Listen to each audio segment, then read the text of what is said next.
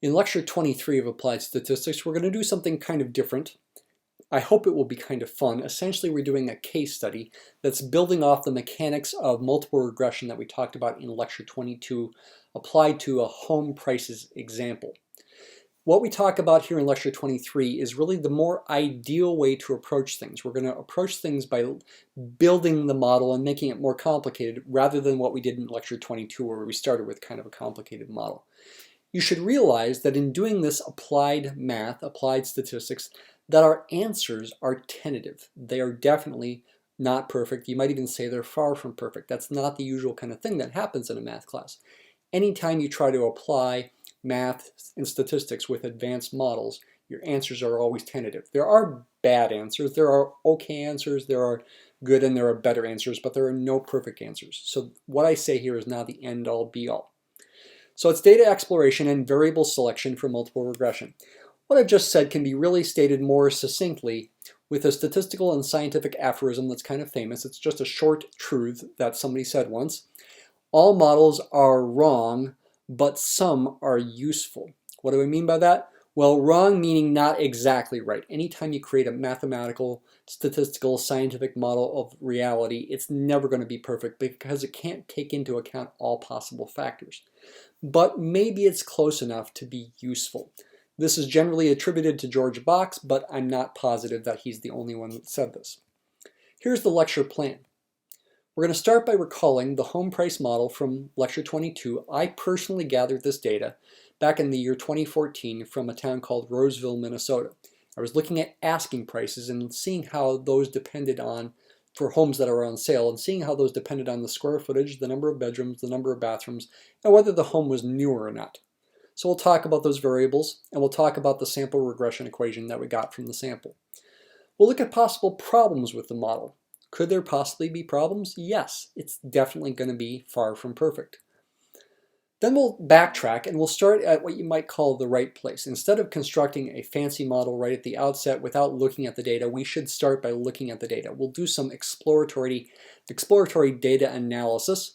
We'll examine each variable, each of the 5 variables individually. There are 4 explanatory variables and 1 response variable. The response variable is the asking price. We'll look at their distributions and their summary statistics. We'll also examine pairs of variables. We'll look at each pair individually. First of all, between each explanatory variable and the response variable, and then also between pairs of explanatory variables, because when we look at relationships between the pairs, that could give us possibly some insight into what might be going wrong with a fancier model. Then I'll give an example of a selection method called forward selection. It's not the only kind of selection method. My students will read about other selection methods. It's just one possibility. It's not necessarily the best possibility. It's just one logical possible way of selecting variables as you try to build your model and make it more complicated and hopefully more accurate. Start with one variable. Keep it simple. Then you keep adding more. How? You base it on some things. You base it on, first of all, the values of the coefficient of multiple determination, r squared.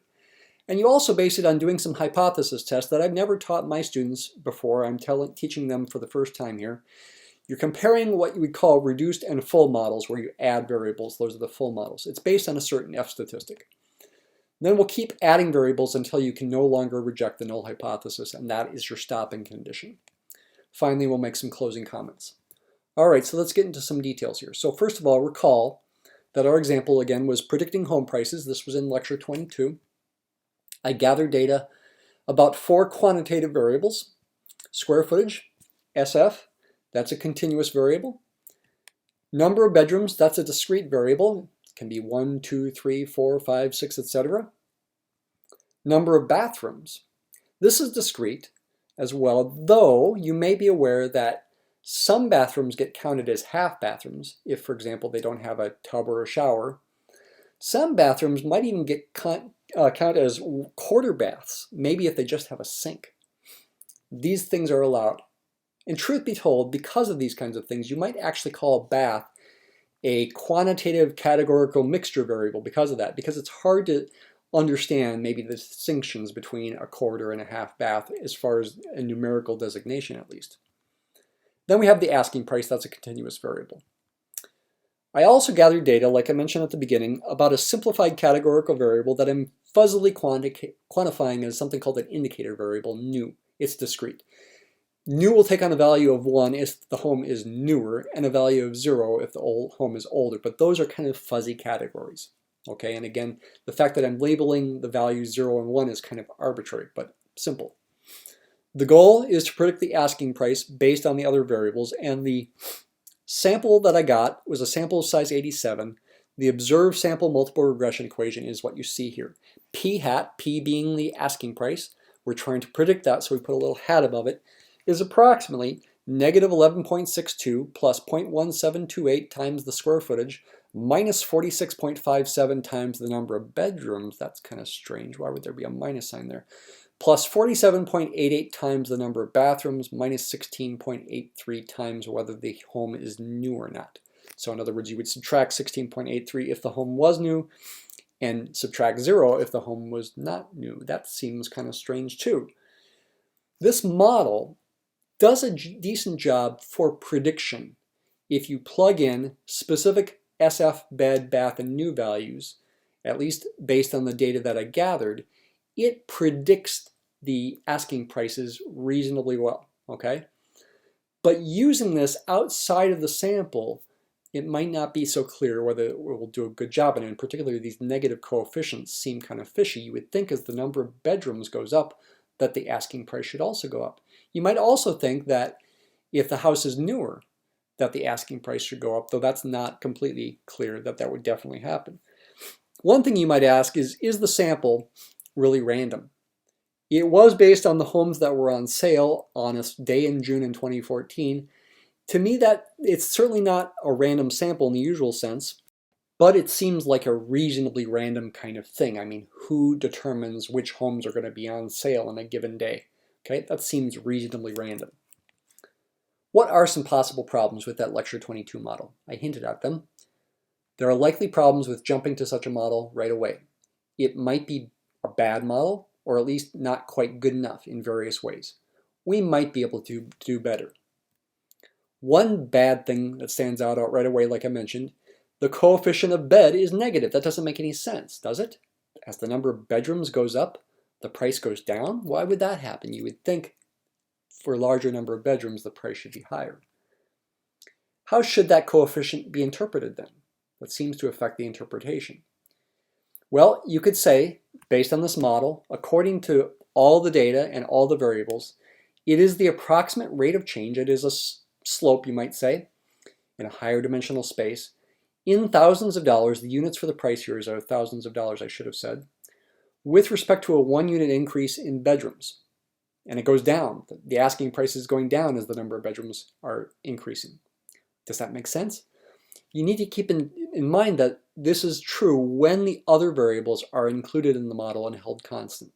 Okay, so you need to think of the model as an overall whole. You don't want to focus on ignoring the other variables when you're thinking about trying to interpret that. Okay, so because of that, it makes it difficult to interpret, because you have to think about the fact that the other variables are in there, and that's part of what makes this model not so good, perhaps. Does that make sense? Why did it happen? Perhaps, and there are a bunch of perhapses here, perhaps because of what are called multicollinearities between the explanatory variables. Maybe the explanatory variables tell you the same things. For example, as the number of bathrooms goes up, you would think the number of bedrooms would go up. They're probably correlated, perhaps very tightly. Perhaps because of outliers. In fact, there's one real extreme outlier in this data set that we'll see. Perhaps because the model is just not a good fit. Maybe the model assumptions are violated. Perhaps the residuals are not following a normal distribution. Perhaps because of nonlinearities. Maybe for the outlier, for example, maybe it's just so extreme that it causes a linear model to not fit what's going on. Perhaps because of all of these things. Okay, you never really know for sure until you start exploring things more, and even then it's not necessarily obvious what the cause is. All right, so let's start our exploratory data analysis. Let's start at the right place. So before we build such a model, it's best to start with that. Start by examining the nature of each variable one by one. You know, does it look like have a normal distribution, for example? Is it reasonably symmetric? Are there outliers? That kind of thing. First with graphs, then with numerical summaries, Then move on to examining bivariate, two-variable relationships between pairs of variables. Once again, first with graphs that are relatively easy to make here, scatter plots, and then with numerical summaries like correlation. At this point, we might start by starting simpler. Examine simpler possible regression models. For example, simple linear regression, where you just have one explanatory variable or one with perhaps two explanatory variables instead of four right at the outset. And then we could examine these plausible models one by one and decide which ones are better than others. We could then use something like I said here, the forward selection method, to add variables to the model until we get something that seems more ideal. And again, forward selection is not the only method, okay? It's a relatively simple method, but it's not guaranteed to be the best. Evidently, though, we need some kind of criterion for what makes one model better than the other if we're going to do this process, and we will get there. Again, like I mentioned, R-squared, and we'll do a certain kind of hypothesis test. All right, so let's look at the data. What about the response variable, P, the asking price, in thousands of dollars? Here is a histogram showing you the asking prices in thousands of dollars. The horizontal axis is the asking price, P, in thousands of dollars. The vertical axis is the number of homes. I could have also done percentage of homes. And you see, we definitely have an extreme outlier. This home is asking for a price of more than $1.5 million. That's $1,500,000 or $1.5 million. The bulk of them are under $1 million, and certainly the main bulk of them are in the range of, say, $100,000 to $400,000. That's for their asking price. Right away, we notice the extreme outlier.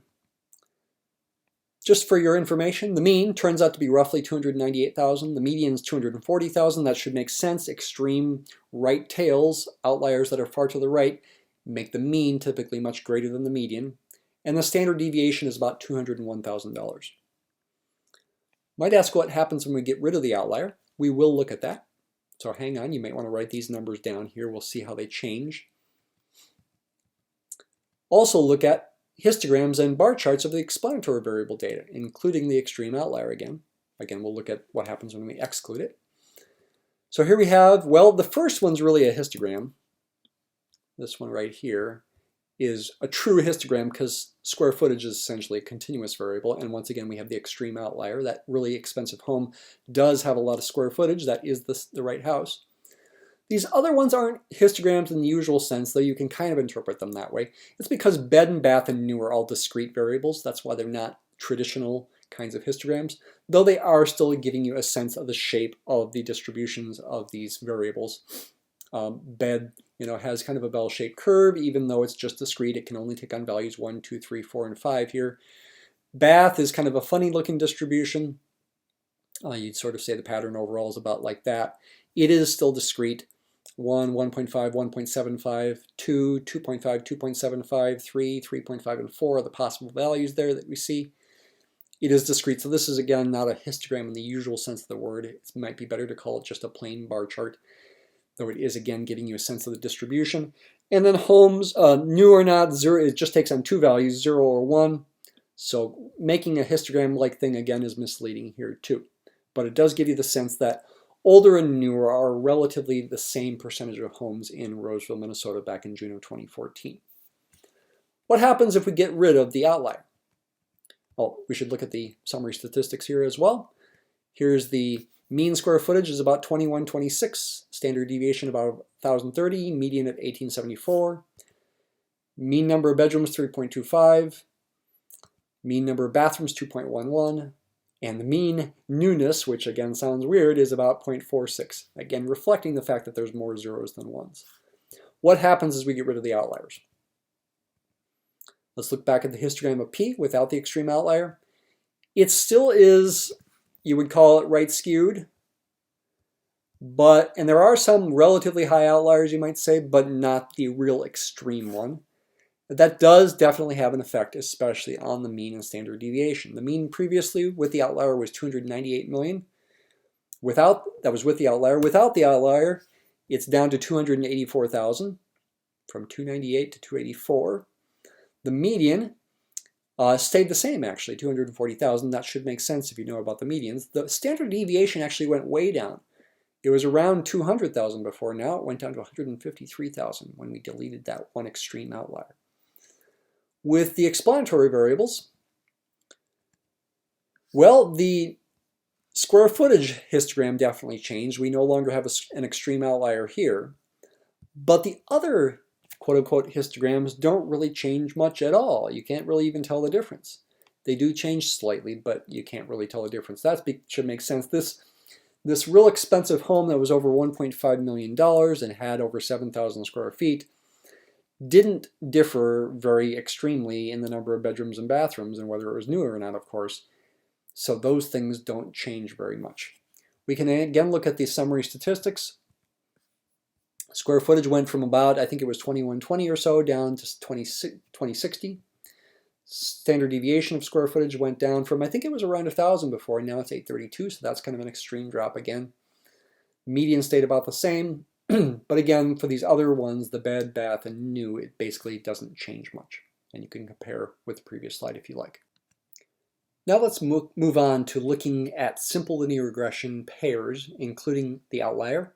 We're going to be looking at scatter plots of the individual explanatory variables versus P, our response variable, again, including the extreme outlier.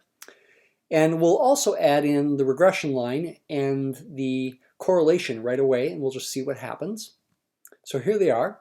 So we've got P versus square footage in the upper left graph, P versus the number of bedrooms in the upper right, P versus the number of bathrooms here in the lower left, and P versus the newness, 0 being old, 1 being new here in the lower right, and the correlations 0.89, 0.33, 0.65, and 0.65, as well as the simple linear regression equations, the observed ones from these samples, here, here, here, and here.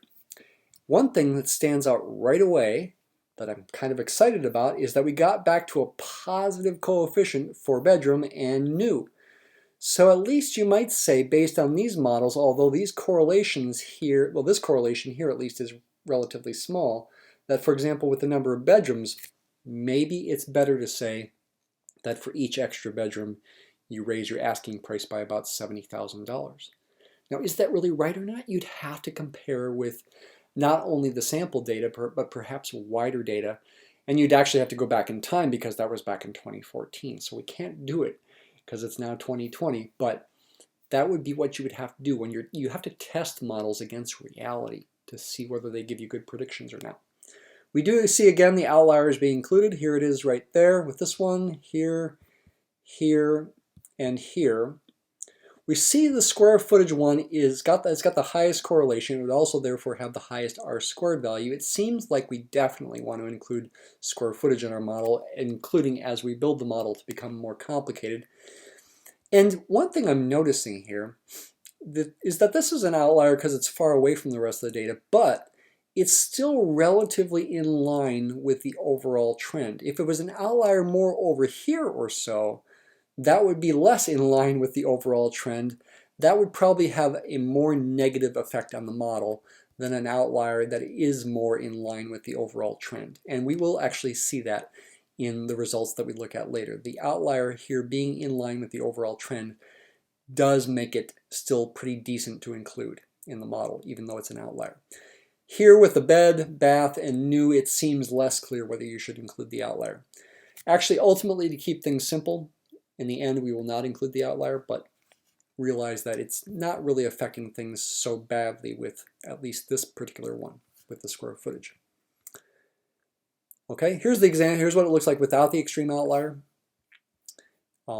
Same kind of graphs, but they are different regression lines, different correlations than before. I'm going to go to the PowerPoint itself here so we can kind of toggle back and forth between these two graphs more quickly for comparison's sake. So this is the one with the outlier. Focus on this one up here. Again, the outlier is up here. The slope, including the outlier, is 0.17. Excluding the outlier, it drops to about 0.15. Interesting. I guess that makes some intuitive sense looking at the graph. The outlier is above the regression line, so it's kind of pulling it upward. And so you would expect to increase the slope compared to what would happen if you did not include it. With the number of bedrooms, it goes from 70.4 when you include the outlier for the slope up. Interesting, that's maybe unexpected, to 74.6. That's not necessarily what I would have expected. Sometimes that kind of thing happens. With the bathroom, it goes from 168.3 down to 140.5. And with the new, it goes from 116.7 down to 87.5. That's kind of a steep drop there. Okay, so it's good to do comparisons. What does your model look like with the outlier, and what does it look like without? And again, the ultimate test for whether you want to include the outlier or not is when you do the testing of the model. How does it do as far as prediction goes with other data that's not in your sample, say? We also now want to look at scatter plots between the explanatory variables, both including the extreme outlier and not, because what we're looking for is the possibility of strong correlations, like between bed and bath, for example, leading to the multicollinearity, leading to the possible bad things that could happen with the more complicated model, including the negative coefficient. So here are the graphs of all possible bivariate relationships between the explanatory variables. So here I'm looking at square footage versus bedroom, square footage versus bathroom, square footage versus new, bedroom versus bathroom, bedroom versus new, bathroom versus new. For some of these, I could have switched the order around. Instead of doing, for example, square footage versus bedroom, I could have done bedroom versus square footage. It turns out if you switch the variables around, the correlation would stay the same, though the regression equation would change, because you're trying to predict something different when you switch the variables around. So the more important thing perhaps to focus on here is not necessarily the regression equations, but the correlations themselves. And none of them are that big. None of them are real close to 1. And based on reading I've done and videos I've watched, it seems to be a consensus that when the correlation is 0.9 or higher, or on the negative side, -9 or lower, close to 1 or -1, that's when you need to be extra careful about multicollinearity. So none of these are close to 0.9 or -0.9. So there is multicollinearity going on, but it's not real strong, and so maybe that means it is still kind of a mystery why some of the coefficients in the more complicated model came out negative. If you exclude the outlier, here's what happens. Once again, none of these correlations are super close to 1, none bigger than 0.9, none less than -0.9. Okay, so again, while there's some multicollinearity, it doesn't seem extreme. Keep that in mind. All right, let's move on to forward selection. Forward selection in action. So for my students, you'll find that in our book here as the first selection method talked about, but not the only one. I think it's the only one I'm going to lecture on, so it's something you should be able to do for homework or the exams. It's possible the other selection methods could come up, though if they do, I'd probably give you some guidance just to help you along. In both the outlier and no outlier data sets, the simple linear regression pairs with the highest R-squared with square footage versus asking price. So SF seemed to be the variable we definitely want to include in our model. With the extreme outlier, when you look at the ANOVA output, including regression parameter estimates, this is what it looks like, and I hope that's not too small for you. Let me highlight some things here. Here's the R-squared value, 0.795, when we include the outlier. We also see the regression standard error is about 91.3. Keep these numbers in mind. We'll maybe be referring to them later or comparing. We see the coefficients down here. This again is trying to predict the price P using the square footage. We see some p-values that are small. That seems good. We want to be able to reject the null hypothesis that those, the beta 0 and beta 1, the coefficients of those are non-zero, and with these small p-values we can do so. This is really a p-value for the overall model, and it's small as well, so we definitely have strong evidence that either beta 0 or beta 1 is non-zero, and in fact they both seem to be non-zero. Okay, so those are some of the things we want to point out here. Let's compare it with the outlier, or excuse me, without.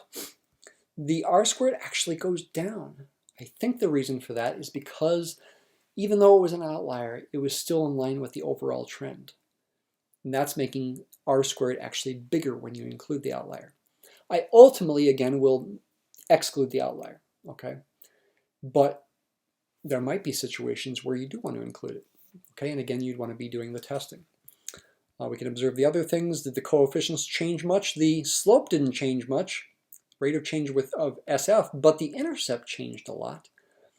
The intercept doesn't really have much of an interpretation here. I mean, if you tried to interpret it, you would say it would be the asking price when the square footage is 0, but there are no homes with 0 square feet, and in fact, hardly any homes below 800 square feet or so. So the intercept is important as far as your equation goes, but its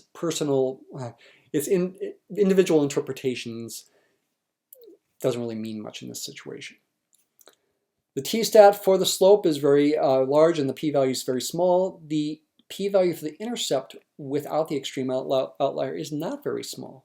Not small enough to reject the null hypothesis that it could be 0. But again, since it doesn't have much of an interpretation, I don't think we need to worry about that. Once again, the F statistic for the overall model that rejects the null hypothesis that beta 0 and beta 1 are both 0, we'd say at least one of them is non-zero. Okay? Standard error is a little smaller. That's good. We want r squared to be big. We want the standard error to be small. Small as possible, at least. Okay, so even though our r squared went down, we're happy that the standard error went down as well without the extreme outlier. Next, after doing that, to see SF had the highest r squared in both situations, consider all possible two-variable models that include the square footage. They could also include bed. On the other hand, they could also include bath. On the other hand, they could also include new. We want to decide between these. How? Find the r squared values for these models. And if I do it with the outlier, in order, the r squared values are 0.813, 0.799, and 0.796, comparable in size. And that's another kind of fuzzy thing. They're not much different from each other. So even though I highlighted the biggest one here, 0.813, is the difference in these r squared values statistically significant? You could ask that kind of question. But to keep things simple, that is the biggest r squared value. And so what that would mean for the outlier model that includes the outliers, we'd probably want to include the bedroom as a second explanatory variable. However, when you exclude the outlier, it turns out the second one is the biggest. You get 0.693, 0.708, and 0.608. This one is the biggest. Again, though the difference between these is maybe not statistically significant. That's the one that goes with the model that includes the bathroom. And actually from this point on, to keep things simple, I could continue comparing with and without outlier, but just to keep things simple, let's just do the no outlier approach. Even though you might say because of the r squared value going down that it might be worse than the one with the outlier. Okay, so based on the fact that for the no outlier situation, the model with the highest r squared included bath. That's why I circled right here. That was the second one of these numbers. That's this model. We will now do a hypothesis test to see whether bath should really be included. So bath is a candidate to include because it's got the highest r squared. But now we're going to do a hypothesis test. What hypothesis test? The null hypothesis is going to be that the reduced, smaller, one-variable model is appropriate, where we only include SF as our single explanatory variable. And the alternative hypothesis is going to include bath, the full two-variable model, though it's not as full as the model from lecture 22. If we reject the null, because we get a small p-value, that's going to say that we want to include bath, so we build our model bigger. If we do not reject the null, we will not accept the alternative, because we're not rejecting the null. That means we're going to stick with this reduced one-variable model. What test statistic do we use to do this test for whether the reduced model is appropriate or not? It's an F statistic. I've never talked about it before in these lectures to my students.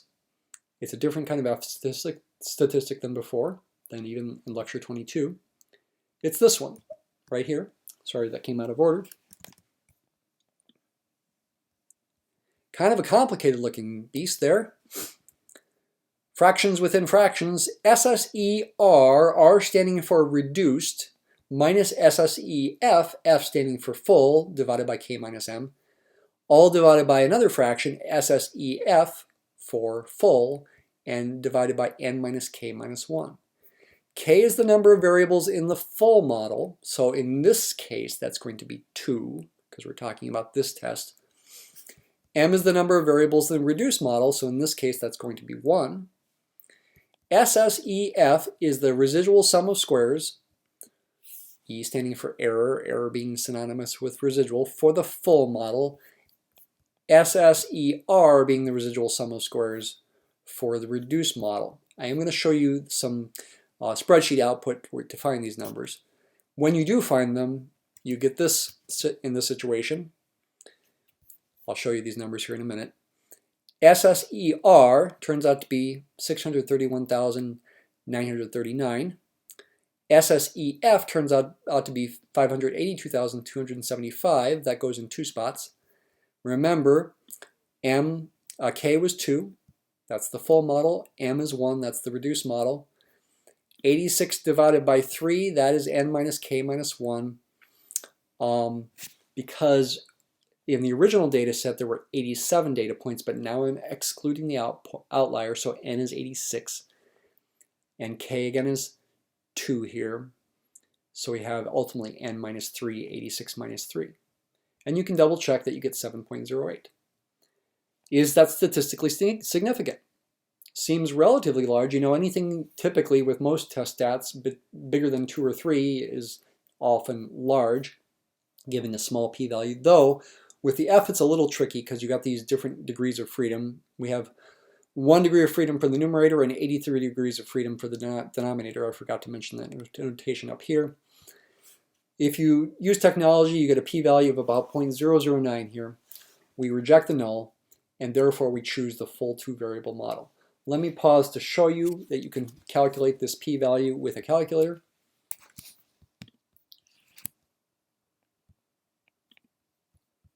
Oops.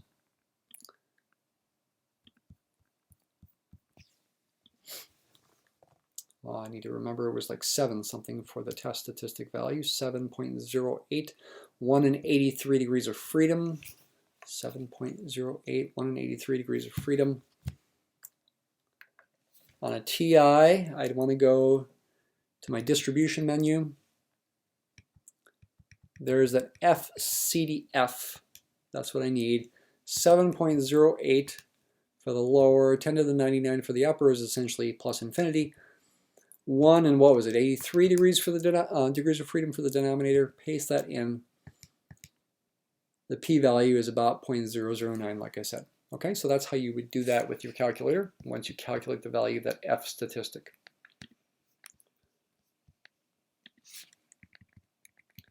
Okay, so we reject the null. So we want to include Beth. Next step, consider all possible 3-variable models that include both SF and Beth. They could also include bed, or they could also include new. Do the same procedure. Calculate R² for these models. And once again, if you do this, remember doing the no outlier case. I forgot to look at the spreadsheet here, but I'll look at that in a minute. In order, these values are 7.26 and or 0.726 and 0.708. 0.726 going with this model, so this is the one we decide to choose and do the test for. We'll now do a hypothesis test. So we test once again a reduced model, but this time the reduced model has 2 variables, SF and bath, square footage and number of bathrooms, versus the alternative to include bedroom as well. I'm purposely making the beta 3 go with the bathroom and beta 2 going with the bedroom, by the way, if you didn't notice that before. This is the full 3-variable model. So use the same test statistic as before, an F-stat that has the same formula, again with K minus M degrees of freedom for the numerator and N minus K minus 1 degrees of freedom for the denominator. And in this situation, we get an observed F statistic of 5.02. Not as large, but the degrees of freedom for the denominator is different, 82. That does affect the p-value, but it is still small. It is still statistically significant. We still reject the null. We're going to choose the full model, although I made a typo here. That should be 3-variable model now. You write the number 3 there. Let me, in fact, make a change in the PowerPoint itself while I'm at it. And then we're going to look at the spreadsheet here. Hang on with me here.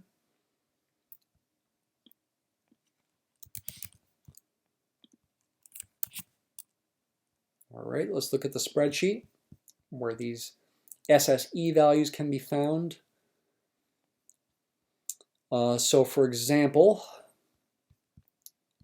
looking back here, one of our SSE values was this one, 631,939.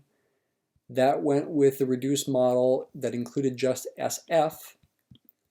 And here in this spreadsheet, here we go, 631,939 is SS for residual. That's SSE really, because errors is synonymous with residual.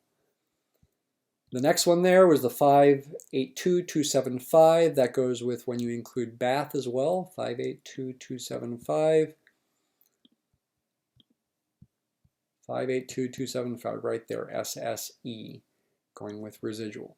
Okay? I could show you the other ones, but I won't bother. All right, so where are we? Page 5. That's the one we just did here. And we are choosing the full 3-variable model. So all that's left to do now is to decide if we do the completely full model or not, where we also include new. The reduced model is now 3-variable, and the full model is now 4-variable. Again, we use the same test statistic, but its values are different this time. And this time, in fact, it gives us a pretty small F statistic value and a fairly large p-value. P is about 0.61, not statistically significant. Do not reject the null. Choose the reduced 3-variable model, and I did not make a typo there. So based on this forward selection method, we are choosing this model. Does that mean that's the end-all be-all? No, it doesn't. It doesn't. Even for the same data set. It's possible some other model is better than this. Like maybe it's still possible the model where you include SF and bed versus compared to SF and bath could be better. We didn't even look at the model that included only SF and bed. So I'm going to say our final model, yes, it is the final model for this video, but it's not necessarily best. And in fact, it's still got the same problem as our original, more complicated model from lecture 22 does. It still has a negative coefficient of bedroom. Again, this still can be interpreted in terms of this full model when you think of it holistically. But it doesn't truly seem to capture what should be happening if if you're a realtor and you're trying to advise a person who's putting the home on sale, yeah, if you add the extra bedroom over there, which you can do sometimes, your value of your house should go up by so much. This seems to be saying the value of the house will go down. Okay, so it still doesn't seem ideal. And we could explore more, but for the sake of time, we won't. Once again, we emphasize that there still could be problems we have not yet uncovered.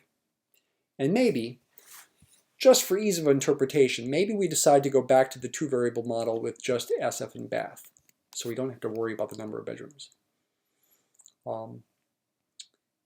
Even though we rejected the corresponding null hypothesis for that reduced model, that model turns out to have a different equation, of course, because it doesn't include bedroom. Here's the equation, and the coefficients of both SF and bath are positive, as you would hope they would be. And you might hope to say, to interpret these rates of change in the following ways, 0.1232 being the slope, the rate of change with respect to square footage, would say that for every extra 1 square foot, you could expect the price to go up by $0.1232 thousand, in other words, $123 approximately. Better to interpret that more in chunks of, say, 10 or 100 square feet. If, for example, you raise the number of square feet by 100, multiplying 0.1232 by 100 gives 12.32, you would expect the asking price to go up by about $12.3 thousand. And the number of bathrooms, as you added a bathroom, you would expect the asking price to go up by $45,000. But again, you'd have to compare this against reality to be sure. Finally, Are we done? Well, like I've already said, in advanced mathematical and statistical modeling, we are never really done. Most models need continual adjusting for, at the very least, changing circumstances like changing market conditions, changing home values over time. Hey, that can be good. That's like perpetual job justification. You need to keep me in your company because I need to keep updating the models. That really is the case for some people. And models always need to be tested against reality. There are also other things that can be done with regard to variable selection. Other models include backwards elimination instead of forward selection, something called the stepwise method, and there's plenty of other methods. Other criteria include, like I mentioned, making S squared smaller, looking at something called adjusted R squared. Okay? Haven't mentioned this yet, but when you add variables, R squared will get bigger. So it seems like you should keep adding more and more variables, therefore, perhaps, unless you can't reject a null hypothesis, you might say. But there's something called adjusted R squared that doesn't necessarily keep going up and up as you add more variables. You can also compute something called variance inflation factors. Work on decision criteria is never done either. If you want to be a professional statistician, maybe you work on decision criteria. Okay, so there's plenty to do. That's it for now. Have a nice day.